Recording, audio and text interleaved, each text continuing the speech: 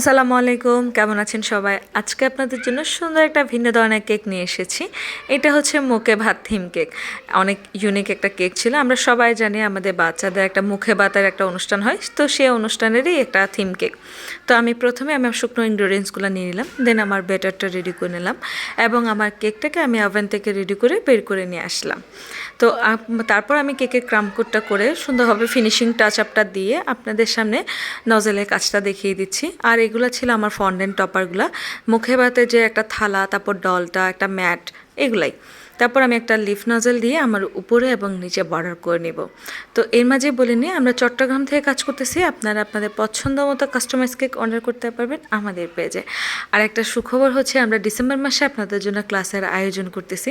অনেকে আমাদেরকে রিকোয়েস্ট করেন ক্লাসের জন্য, তো ইনশাল্লাহ এই বছর ডিসেম্বরে আমরা ক্লাসের আয়োজন করব অফলাইনের মধ্যে। তো ইনশাল্লাহ আমরা চেষ্টা করব আপনাদেরকে খুব সুন্দর একটা ক্লাস প্রোভাইড করার জন্য, যাতে আপনারাও আপনাদের মতো করে সুন্দর একটা প্রফেশনাল বেকিং সেক্টরে নিজেদের যাতে একটা জায়গা করে নিতে পারেন।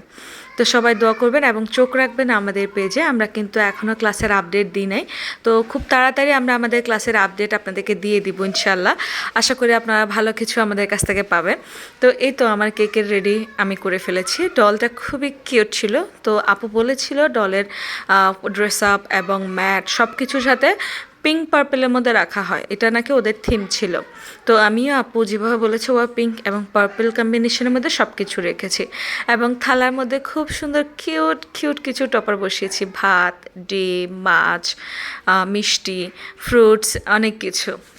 এই ফন্ডেন্টের কাজ মানে হচ্ছে অনেক ধৈর্যের একটা বিষয়, আর ডল বানাতে তো আল্লাহর রহমতেও খুবই মানে কষ্টকর একটা কাজ। তো এই তো আলহামদুলিল্লাহ আমার এটা আমার কাজের ফাইনাল আউটলুক ছিল।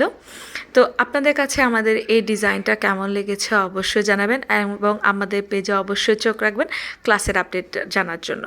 তো আপনাদের কাছে কেমন লেগেছে অবশ্যই জানাবেন। সবাই ভালো থাকবেন, সুস্থ থাকবেন, আমার জন্য দোয়া করবেন। Thanks for the watching. Tata.